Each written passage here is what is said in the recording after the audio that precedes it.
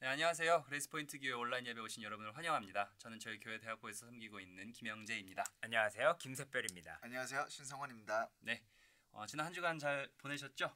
저희 두 분 어떻게 캠핑 갔다고 들었거든요. 네. 서로 따로따로. 네. 네, 날아왔습니다. 어떠셨어요? 어떠셨어요? 비는 많이 왔습니다. 네. 비가 왔어요? 오고, 네, 바람 야외 불고. 야외 네, 캠핑장인데. 꽤 추웠어요. 네, 근데 이게 준비를 잘 해가 오면은 괜찮았던 것 같아요. 네. 그 준비를 괜찮- 잘 해 가셨어요? 뭐 알면서 꼭 이렇게 이런 데서 비를 쫄딱 맞았죠. 비 좀 많이 맞았고, 네, 그래도 뭐 메모러블한 그죠. 네, 원래 그렇게 힘든 게 기억에 남고 그래요. 기억이 많이 나. 네, 좀 많이 힘들었습니다. 여러 가지 면으로. 왜 그렇게 힘드셨죠? 뭐 그런 사이트를 추천해 주신 분이 바로 아니 그 막바지에 이상하지 아직도 않겠습니까? 캠핑장을 찾고 있더라고요. 그래서 아. 가엾어서 네. 추천을 해줬죠. 근데 도착하니까 게이트는 닫혀 있고. 네, 근데 제 보통 근데 그 캠핑장들이 닫혀져 있어요. 아. 그래서 전화를 해야 되거든요. 네. 근데 전화 안 하셨구나. 네. 아, 뭐- 우리가 지금 왜 이런 얘기를 하고 있죠? 네, 잘 모르겠습니다. 뭐, 전화하세요. 뭐, 하시고 캠핑장에 가시면 네. 네, 좋은 시간 되시길 바랍니다. 좋은 시간이었다라는 것을 네. 말해주고 싶. 그렇습니다. 네, 재밌네요. 그럼 이제 오늘 저희가 좀 트랜지션을 해야 되는데 기독교의 그 믿음의 영웅, 믿음의 선배들 이제 얘기를 하는 그런 시간이죠. 오늘이 바로 저희 시리즈 3탄인데 아, 오늘 제가 좀 특별한 분을 준비했습니다. 벌써 3탄이군요. 네. 세 번째 주. 오늘의 주인공은 바로 손양원 목사님이십니다. 이제 저희 예배를 만약에 꾸준히 참석하신 분이면 아마 이 이름이 좀 낯익게 들리는 이름이죠. 그죠. 네, 정말 예전에 김철원 전도사님께서 말씀 중에 언급하신 적이 있었던 것 같은데요. 아, 저는 기억이 잘 안 납니다. 그때는 그 성원 형제가 저희 온라인 예배 아, 팀에 합류하기 훨씬 전이어서 그랬던 것 같은데. 그렇군요. 11월이었으니까. 네, 제가 그죠. 원래 설교마다 정신 바짝 차리고 듣고 있는데 이번에 생각이 안 나서 좀 이상하다. 네, 작년 11월 그러니까요. 추수감사절 예배였었는데 네. 이제 손양원 목사님은 1902년에 태어나시고 1950년 9월 그러니까 48세 젊은 나이에 돌아가셨어요. 1950년이면 우리가 그 한국 전쟁 발발 직후인데 이제 제가 그 김철원 전도사님 설교 말씀 듣다가 처음 알게 됐어요, 이분에 대해서. 그래서 너무 감명을 받아서 그때 그분 전기를 찾아서 그날 그 다음 날 쫙 읽었거든요. 눈물을 되게 많이 흘리면서 읽었는데 제가 키워드 3개를 가지고 오늘 그분 소개를 했으면 합니다. 그래가지고 이제 성원 형제가 먼저 그 키워드 첫 번째 키워드를 읽어주세요. 네, 소개해 주세요. 영재 형제가 바로 저에게 준 첫 번째 키워드는 바로 두둔 애양원입니다. 애양원이요. 애양원. 여기 두 분 애양원이라 들어보셨어요? 아, 전 처음 듣는 네, 거예요. 네. 처음 듣는 좀 거죠. 애양원. 네, 저도 그때 처음 알았어요. 그러니까 애양원은 이제 1900년대 초반 저희 일제강점기 시대죠. 그때 전라남도 여수 실은 지금도 있어요. 지금도 있는데 이 한센병 환자들, 그러니까 문둥병이라고도 불리는 이 한센병 환자들이 같이 모여가지고 생활하는 뭐 치료센터 같은 곳이었어요. 네, 문둥병이 사실은 그 감염력이 강한 질병이죠. 그래서 요즘은 많이 사라졌지만 당시에는 그 한국의 한센병을 알고 있는 사람들이 많이 있다고 계셨습니다. 네, 그렇습니다. 이제 이 애양원이라는 곳에서 손양원 목사님께서 평생을 이렇게 돌보시고 목회를 하시면서 섬기셨던 그런 곳인데 이제 이러한 일화도 있다고 그래요. 이제 하루는 손양원 목사님께서 그러니까 이 환자분들을 너무나 사랑한 나머지 직접 가가지고 이제 입으로 그 고름을 빼내는 뭐 그러한 마음으로 그러니까 이분들을 되게 사랑하셨다 그래요. 네, 그런데 손양원 목사님은 또 건강 괜찮으셨고 그렇습니다. 그리고 이제 제가 또 두 번째 키워드를 가져왔는데 한번 읽어주세요. 네, 그 아버지의 그 아들. 이건 뭐죠? 네, 좀 헷갈리죠 이게 그러니까요. 보니까. 그 아버지의 그 아들. 예, 이제 손양원 목사님이 되게 대단한 분이신데 제가 그분 전기를 읽어보니까 그분의 아버지가 더 대단한 분이시더라고요. 아, 그래요. 예, 그러니까 그때가 이제 일제 강점기 시대여서 이제 일본 경찰들이 하루는 집 앞으로 찾아왔어요.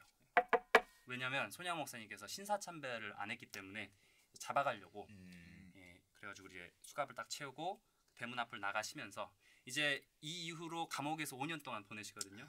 근데 이제 그 나가시는 모습을 보면서 이 손양원 목사님의 아버지가 그 등 뒤에다 대고 하시는 말씀이 아들아 누가복음 9장 62절 말씀을 기억하래 이 말씀을 딱 하신 거예요. 그래서 제가 이 누가복음 9장 62절 말씀 찾아보니까 쟁기를 잡고 뒤를 되돌아보는 자는 하나님 나라에 합당하지 아니하다. 그러니까 이제 예수님께서 하신 말씀인데, 그러니까 무슨 말이냐면 양원아, 너가 지금 신사참배를 안 하기 때문에, 거절했기 때문에 감옥에 끌려가지만 그 신념, 그 믿음을 저버리지 말아라. 끝까지, 죽는 날까지. 그 말을 하시는 거예요. 그래서 내가 그 모습을 보면서 와, 이 아버님이 더 대단한 분이시구나라는 생각을 했고, 또 우리 그 부모님의 믿음이 그만큼 중요하구나라는 생각도 했습니다. 자, 그럼 이제 세 번째 키워드인데 한번 보여주실래요? 두둔.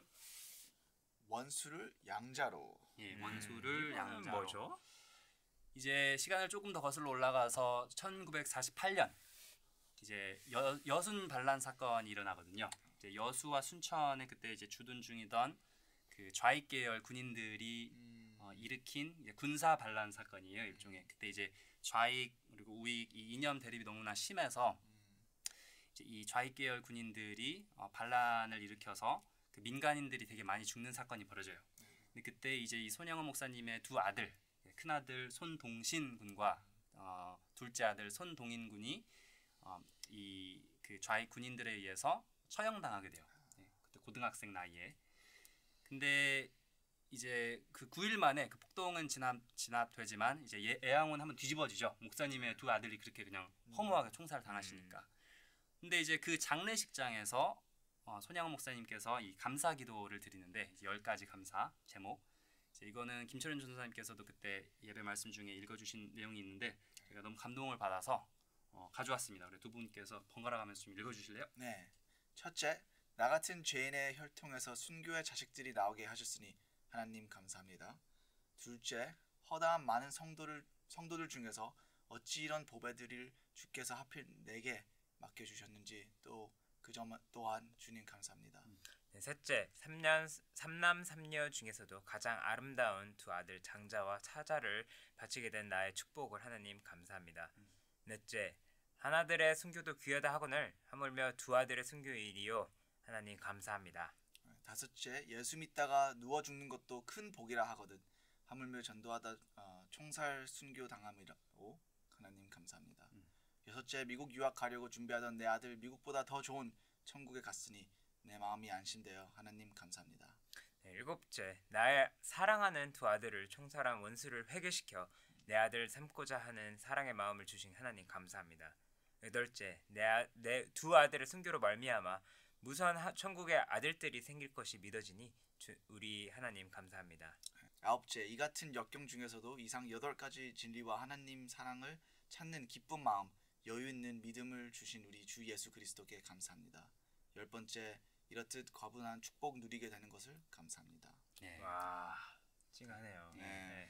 이거를 자신의 두 아들 장례식장에서 올린 감사 기도인데 이제 아까 7째 기도 제목이 그 양아들에 관한 내용이었는데 그러니까 자신의 두 아들을 총살한 바로 그 고등학생 이제 안재선이라는 분인데 그분을 이제 양자로 용서하시고 그러니까 그 정부에다 탄원서를 내서 이제 용서하시고 그 양자로 삼는 그러한 일을 하세요. 그래서 많은 사람들이 감동을 받고 지금도 많은 사람들의 마음에 정말 울림을 주는 그러한 이야기입니다. 그게 하나님의 사랑이 아니면 불가능하죠. 그렇죠. 이해가 거의 불가능한데.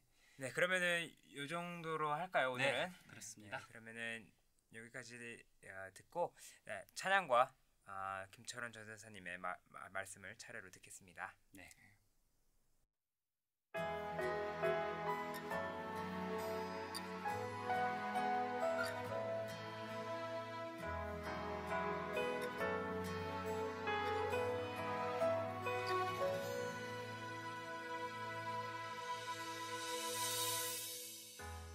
나를 지으신 주님 내 안에 계셔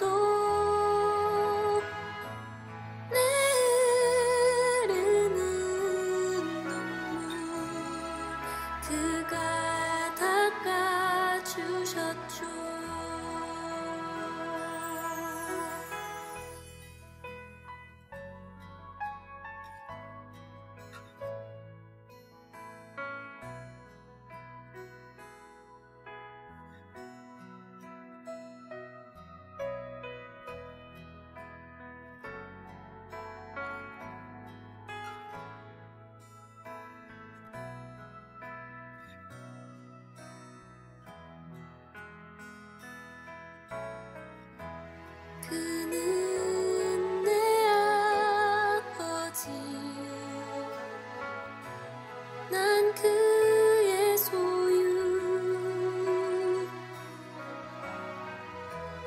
내가 어딜 가든지 날 떠나지 않죠.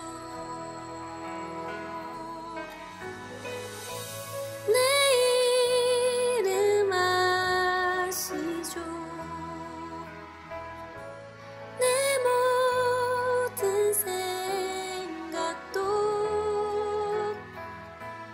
내 흐르는 눈물 그가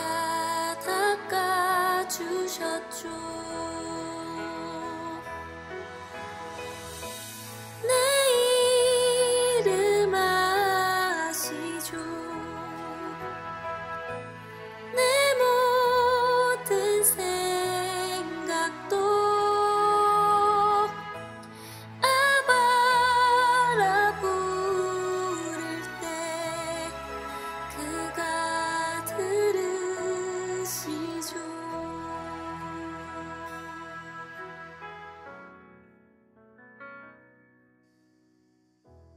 나를 지으신 주님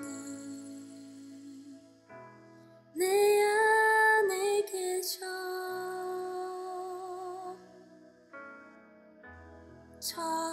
처음부터 내 삶은 그의 손에 있었죠.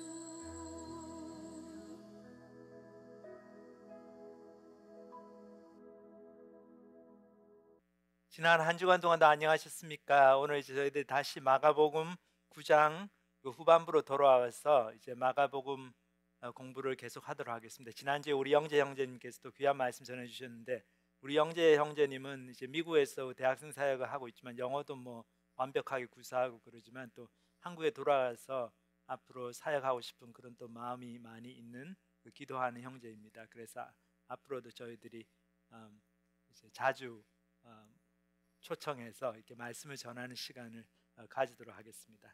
자, 오늘 말씀은 마가복음 9장 30절부터 37절까지 말씀입니다. 제가 제목을 천국에선 누가 크니까 이렇게 잡아보았습니다. 제가 본문을 읽겠습니다. 그곳을 떠나 갈릴리 가운데로 지날새 예수께서 아무에게도 알리고자 아니하시니 이는 제자들을 가르치시며 또 인자가 사람들의 손에 넘겨져 죽임을 당하고 죽은 지 3일 만에 살아나리라는 것을 말씀하셨기 때문이더라. 그러나 제자들은 이 말씀을 깨닫지 못하고 묻기도 두려워하더라. 가버나움에 이르러 집에 계실새 제자들에게 물으시되 너희가 길에서 서로 토론한 것이 무엇이냐 하시되 그들이 잠잠하니 이는 길에서 서로 누가 크냐 하고 쟁론하였습니다.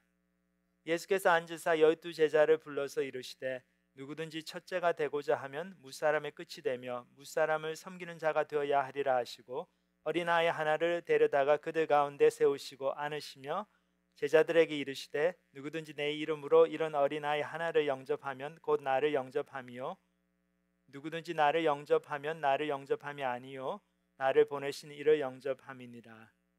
여기 보면 아주 재미있는 사건이 나타납니다. 예수님께서 이제 변화산에서 그 영광스러운 모습으로 변화되시고 이 산에서 하산하셔가지고 그 귀신 들린 소년을 고쳐주시죠.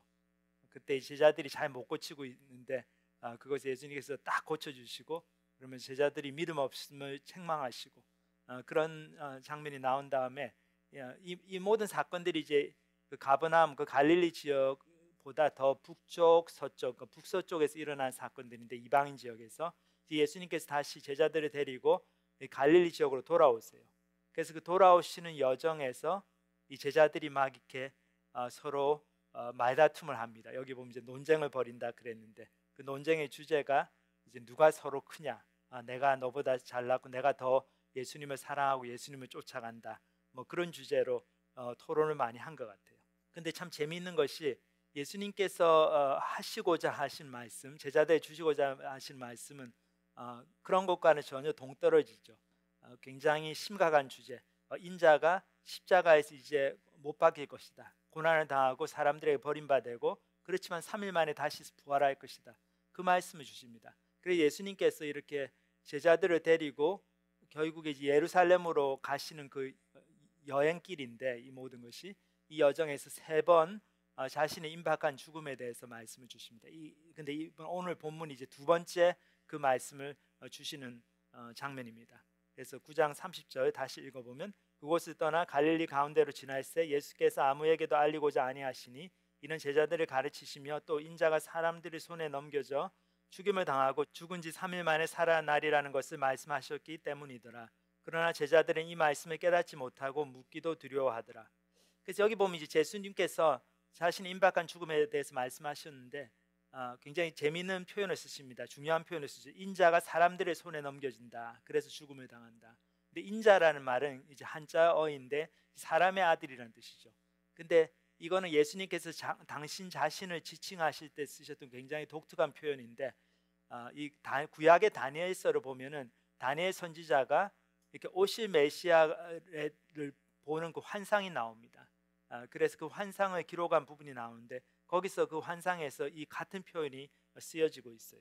그래서 다니엘서 7장 13절 14절을 읽어보면 내가 또 밤 환상 중에 보니 인자 같은 이가 하늘 구름을 타고 나와서 옛적부터 항상 계신 이에게 나아가 그 앞으로 인도되매 그에게 권세와 영광과 나라를 주고 모든 백성과 나라들과 다른 언어를 말하는 모든 자들이 그를 섬기게 하였으니 그의 권세는 소멸되지 아니하는 영원한 권세요 그의 나라는 멸망하지 아니할 것이니라.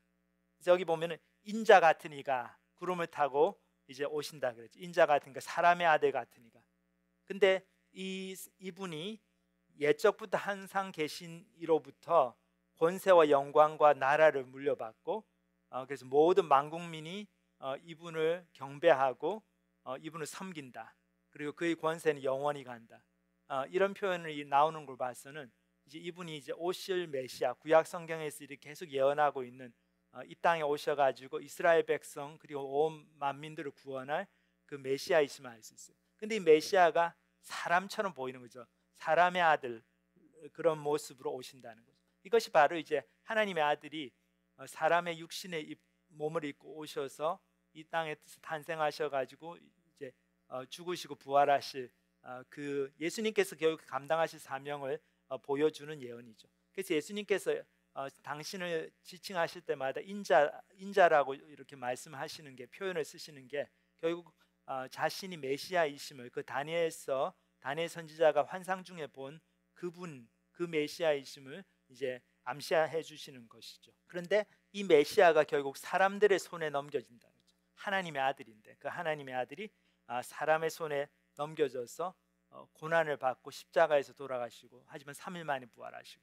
그래서 이런 중요한 말씀을 굉장히 중요한 비밀스러운 말씀을 제자들에게만 특별히 이렇게 주시는데 다른 사람들에게 알리지 않고 근데 제자들의 반응이 좀 이상하죠. 여기 보면 그러나 제자들은 이 말씀을 깨닫지 못하고 묻기도 두려워하더라 그랬어요. 그러니까 이게 왜 그랬을까요? 물론 이제 제자들이 영적으로 아직 둔해서 잘 깨닫지 못하는 면도 있었겠지만 또 한편으로는 제자들의 마음이 다른 것으로 많이 차 있었죠. 그러니까 별로 예수님께서 말씀하시는 뭐 십자가의 고난, 뭐 사람들에게 배신을 당하고 뭐 죽으시고 이런 것이 제자들이 지금 마음으로 그리고 있는 자기들이 생각하는 것과 맞지가 않은 거죠. 그러니까 이게 무슨 말씀하시나 싶고 그러니까 잘 받아들여지지 않고 그래서 별로 관심을 갖고 듣지를 않게 되는 그런 모습입니다. 결국 그럼 제자들의 관심은 어디 있었을까요? 저희도 이제 생각해 보면 아마도 이 제자들이 이제 그 노상에서 누가 크냐 그걸 가지고 다툰 것을 보면은 제자들의 관심은 우리가 예수님이 이제 하나님의 아들로서 왕이 되실 건데 누가 더 예수님의 인정을 받는가, 누가 더 그래서 영광스럽고 권세 있는 자리를 누리는가, 뭐 거기에 관심이 있었던 것 같습니다. 그래서 말씀을 잘 깨닫지 못하고 그냥 두려워하고 그냥 뭐 모르겠다 그러고 넘어가 버리죠. 근데 이제 예수님께서 그 제자들이 여행길에서 이렇게 막 논쟁하고 하시는 것을 알아차리시고 이렇게 질문을 하십니다. 저희들 계속 읽어보면 가버나움에 이르러 집에 계실새 제자들에게 물으시되 너희가 길에서 서로 토론한 것이 무엇이냐 하시되 그들이 잠잠하니 이는 길에서 서로 누가 크냐 하고 쟁론하였습니다. 제자들이 왜 이렇게 침묵했을까요?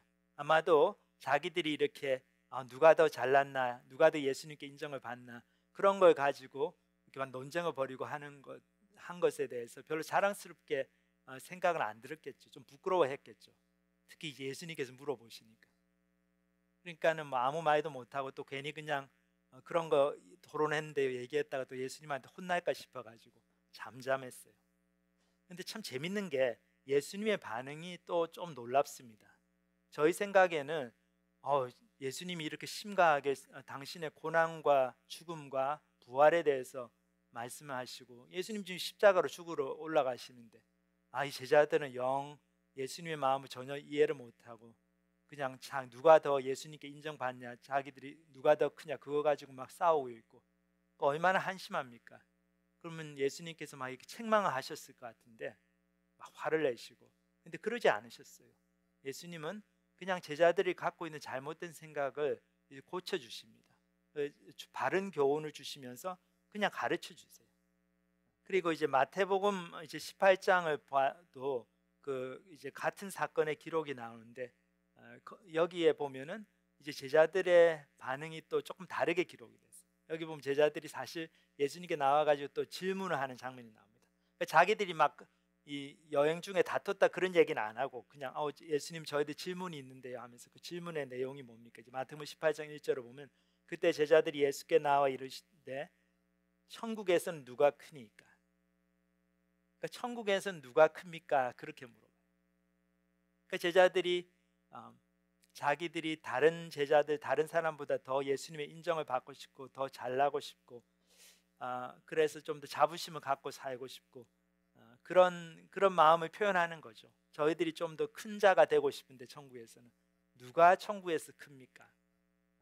그 질문하죠. 그래서 예수님의 반응을 저희들이 이런 질문에 대해 예수님의 반응을 보면은 아까도 제가 말씀드린 것처럼 예수님 화를 내시지 않고 잘 설명을 해주십니다. 그래서 어떻게 설명해 주십니까? 여기 저희 마가복음 9장으로 다시 돌아가서 보면 예수께서 앉으사 12제자를 불러서 이르시되 누구든지 첫째가 되고자 하면 무사람의 끝이 되며 무사람을 섬기는 자가 되어야 하리라 하시고, 나는 십자가에 죽으러 가는데 너희는 어떻게 누가 더 잘났냐 그런 거 갖고 싸우느냐 그렇게 한탄하시면서 너희 너무 정말 한심하다. 야, 너희 같은 것들을 내가 제자라고 데리고 있는 나도 참 한심하다. 그렇게 책망하시고 한탄하시고 하실 법했는데 그러지 않으셨어요. 예수님은 설명해 주십니다. 너희가 첫째가 되고 싶으냐? 그러면은 사람들을 섬겨야 된다. 제일 꼬라비에서 제일 바닥에서 섬기는 자가 되어야 된다. 그런 사람이 천국에서는 큰 자이다. 첫째가 되는 사람이다. 이렇게 바른 교훈으로 그냥 친절하게 설명해 주십니다. 근데 여기서 저희들 하나 저희들 볼 수 있는 게 예수님은 제자들이 천국에서 큰 자가 되고 싶어하고 또 예수님을 누가 더 인정을 받는가, 나는 예수님께 정말 인정받는 사람이 되고 싶어요. 수제자가 되고 싶어요. 이런 제자들의 마음을 절대 나쁘다고 보시지 않은 것 같아요. 그것을 고쳐주려고 하지 않으셨습니다. 단지 예수님은 천국에서 너희가 큰 자가 되고 싶으면 이렇게 해야 된다. 그러니까 천국의 기준과 세상의 기준이 되게 다르다. 그거를 가르치셨죠. 근데 이건 정말로 굉장히 저희들 중요한 교훈을 여기서 배울 수 있습니다. 잘해보고 싶은 마음, 내가 좀 열심히 해가지고 하나님께 인정받고 싶고 다른 사람들보다 더 하나님을 더 기쁘시게 해드리고 싶고, 그 마음은 좋은 마음입니다. 그 마음을 예수님께서 사실 기뻐하세요. 그러니까 막 저희들이 딴 사람하고 경쟁하고 그러면서 딴 사람을 막 이렇게 무시하고 내가 잘난 척하고 교만하고 그런 거는 물론 잘못됐지만 영적인 일에 욕심을 가지고 내가 영적인 사람으로 되고 더 그렇게 성장하고 싶어하고 그 갈망, 예수님께서 기뻐하시는 갈망입니다. 참 이제 교회에서도 보면은 그래요. 어떤 분들을 보면은 세상 일에는 너무나 열심을 내고 자기 직장 일에는 막 그냥 머리를 싸매고 최선을 다하고 그러는데 교회만 오시면 너무 겸손해져. 그래서 뭐 교회 무슨 직분을 맡겨 좀 와서 주일학교 교사를 하시죠. 우리 형제님이 이제 교회도 오래 다니시고 굉장히 사회적으로도 명망도 있으시고 그런 머리도 좋으시고 하니까 이런 직분을 맡으셔서 섬기셨으면 좋겠습니다. 그러면은 뭐 저는 아무 교회에서는 할 수 있는 게 없고 저는 너무 아직 부족해서 안 하겠습니다. 근데 이제 부족해서 안 하는 게 아니고 관심이 없어서 안 하는 거죠. 그리고 또 이기적이어서 내가 교회 일로 시간 쓰고 싶지 않아서. 그래서 무슨 교회 중요한 행사를 한다고 그래서 목사님, 전도사님들이 이제 같이 모여서 회의 같은 걸 해도 일단 회의에 잘 나타나지도 않고 그 다음에 가서 앉아 있어도 아예 뭐 목사님, 전도사님들 알아서 하십시오. 저희가 뭐를 압니까? 그러면서 겸손한 척 그렇게 말씀하시지만 그 뒷면에는 뭐가 있습니까? 관심이 없는 거죠. 아이고 내가 지금 내가 하고 있는 직장에도 바빠 죽겠는데 내가 교회까지 신경 써야 되냐? 목사님, 전도사님들 월급 받고 하니까 그분들이 다 하시면 되지. 그래서 그런 마음으로 이제 신앙생활 하는 거는 교회를 우습게 알고 영적인 일에 대해서 비중을 안 두고 관심이 없는 거죠. 저희들이 중요하게 생각하지 않는 일에는 별로 잘해보고 싶다는 생각이 없잖아요. 예를 들면은 어떤 사람이 있는데 그 사람이 뭐 운동 같은 데 관심이 없다. 그럼 자기가 뭐 축구를 했는데 제일 축구 이제 하는데 제일 못하고 해도 별로 상관이 없죠. 그러면서 굉장히 겸손할 수 있습니다. 저는 워낙에 축구를 못하고 운동에 소질이 없고 여러분들 너무 잘하십니다. 막 다른 사람들 띄워주고. 근데 그게 마음속으로 뭡니까? 축구 같은 거 잘해가서 뭐하냐? 나는 지금 회사에 가가지고 이 연구를 해가지고 백신을 개발해서 노벨상을 받아야 되는데 그게 중요하지. 이제 그런 태도이죠.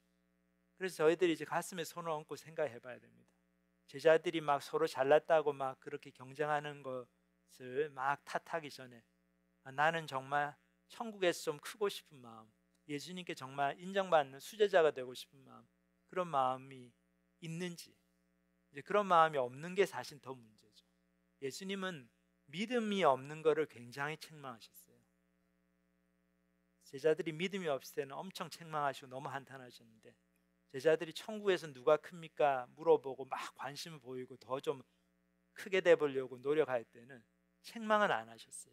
그냥 가르쳐 주셨죠. 바른 교훈을. 제자들의 잘못된 생각은 고쳐주셨지만은 제자들이 그렇게 열심을 보이는 것은 사뭇 이제 기뻐하신 것 같습니다. 그래서 저희들도 정말 목표가 있는 신앙생활을 해야 될 것 같아요. 신앙생활이 중요합니까? 우리 인생에 영적인 것이 정말로 중요합니까? 그러면 저희들이 직장생활에서 아니면 모르겠어요. 가정생활에서 그렇게 신경 쓰는 만큼 그거에 반만이라도 교회 생활, 영적인 생활에 내가 신경을 쓰고 있는지 저희도 좀 돌아볼 필요가 있습니다. 근데 예수님께서 말씀하신 이 기준을 보면은 천국에서 큰 자가 되고 하나님께 인정받는 사람이 되고 하는 거에 기준이 굉장히 틀리죠. 세상하고 틀립니다. 천국에서는 어떻습니까? 섬기는 자가 큰 자다는 거죠. 근데 섬기는 자라는 사람들이 뭡니까? 이 사람들은 다른 사람들의 필요를 알고 그 그러니까 필요가 있는 사람들한테 가서 계속 그 사람들을 그 필요를 충족시켜주고 그런 삶을 사는 거죠. 하나님의 마음이 그렇습니다. 저희도 예수님께서 무리를 보시고 민망히 여기시고 불쌍히 여기시고 그 사람들 예수님께 오는 사람들 아무도 내쫓지 않으시고 다 병자들을 고쳐주시고 그렇게 하신 것처럼 하나님의 마음은 항상 주변부로 갑니다. 하나님의 마음은 가난하고 소외받고 이 세상에서 별 볼 일 없는 사람들, 별로 사람들이 대접 안 해주는 사람들, 그 사람들에게 하나님의 마음이 가 있습니다. 그렇기 때문에 저희가 하나님께 인정을 받으려면 하나님이 마음을 쓰시는 곳, 하나님이 이렇게 관심 보이시는 곳에 우리도 가가지고 같은 관심으로 그 사람들을 돕고 그 사람들을 사랑하고 그럴 때에 저희들이 이제 천국에서 큰 자가 되는 것이죠. 그래서 예수님께서 어린아이를 데려다가 이렇게 비유로 말씀하시죠. 여기 계속 보면은 어린아이 하나를 데려다가 그들 가운데 세우시고 안으시며 제자들에게 이르시되 누구든지 내 이름으로 이런 어린아이 하나를 영접하면 곧 나를 영접하며 누구든지 나를 영접하면 나를 영접함이 아니요 나를 보내신 이를 영접함이니라. 이제 어린아이들이 예수님 당시에는 정말로 찬밥이었어요. 맨날 돌아다니고 뭐 그때는 뭐 특별히 학교가 있던 것도 아니고 그러니까 뭐 별로 그렇지 않아요. 가게 도움도 못 주면서 돌아다니면서 개구장이 짓만 하고 하니까 어른들이 싫어하죠. 아이들이 오는 걸. 그래서 근데 이거는 동서고금을 막는 하고 다 비슷한 것 같아요. 애들은 가라. 그럼. 그래서 제가 이렇게 찾아보니까 우리 이제 교회 역사에도 주일학교를 시작한 거는 그렇게 얼마 오래 전이 아니더라고요. 이게 한 1780년 정도에 영국에서 주일학교라는 걸 시작했는데 이제 그 당시에 아이들이 그 산업혁명 이후에 아동들이 많은 청소년들이 이렇게 노동 현장으로 끌려갔어요.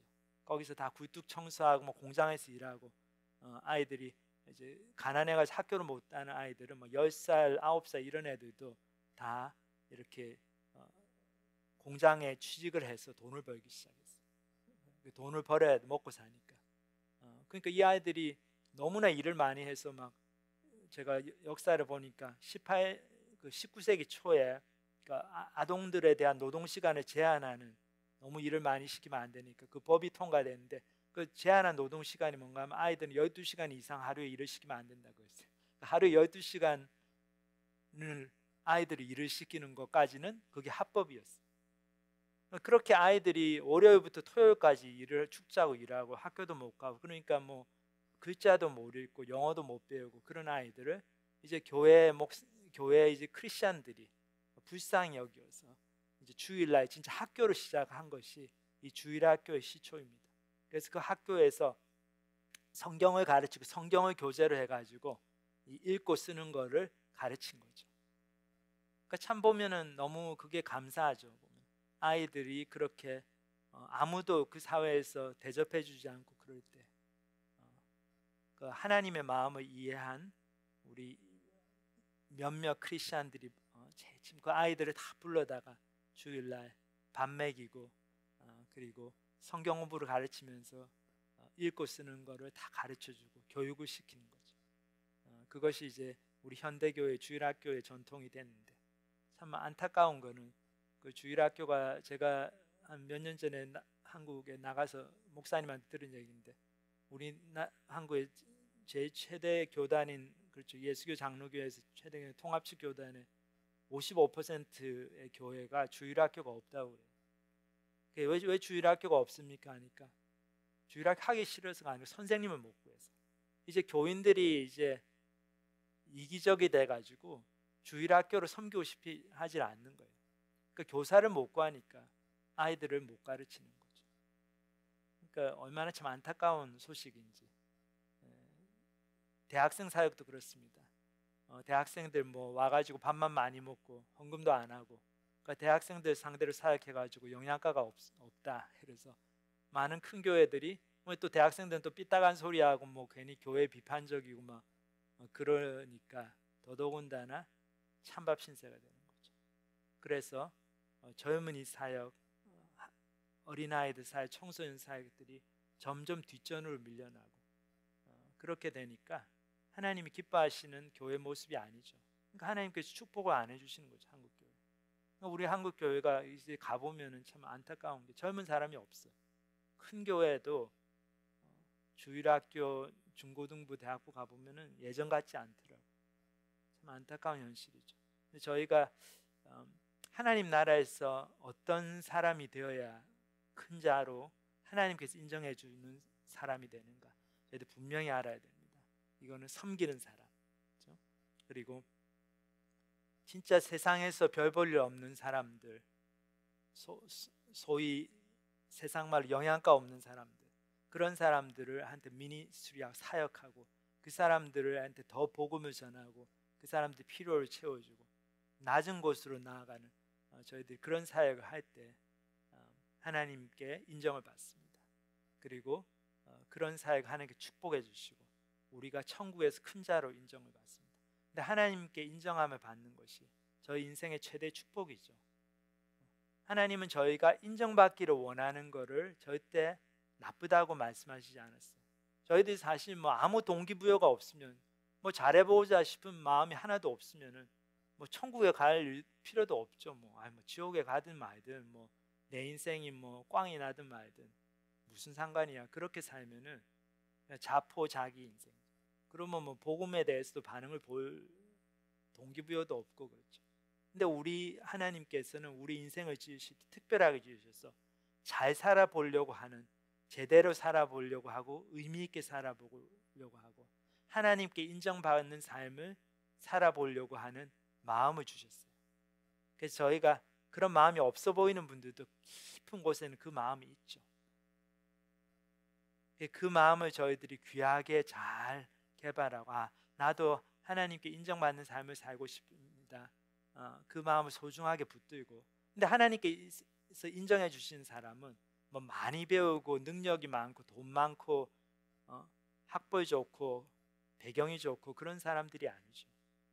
그런 사람들이 아니고 섬기는 사람, 이름 없이 빛도 없이 감사하며 섬기는 사람. 우리 부름받아 나서님은 그 찬양에서도 나오는 것처럼 그렇게 어린아이 같이 낮은 사람들을 섬기고 그런 사람들을 하나님께서 인정해 주시고 천국에서 큰 자로 칭찬해 주시고, 우리 교회가 점점 하나님께 인정받는 사람들, 그런 마음을 가진 사람들로 가득 차고, 또 우리가 하나님의 인정받는 길이 무언가를 바로 성경을 통해서 바로 깨닫고, 그래서 서로 더 섬기려고, 더 사랑하려고, 서로 더 낮아지려고 경쟁하고 애를 쓰고, 그렇게 되면은 얼마나 하나님께서 기뻐하시겠습니까?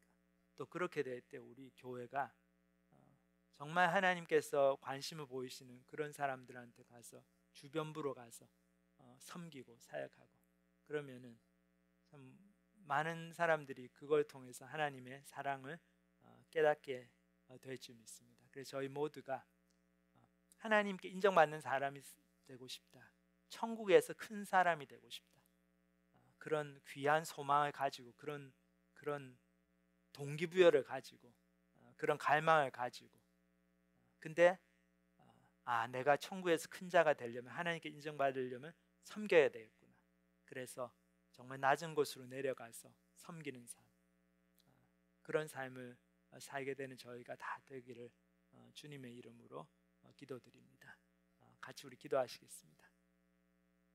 하나님 아버지 감사합니다.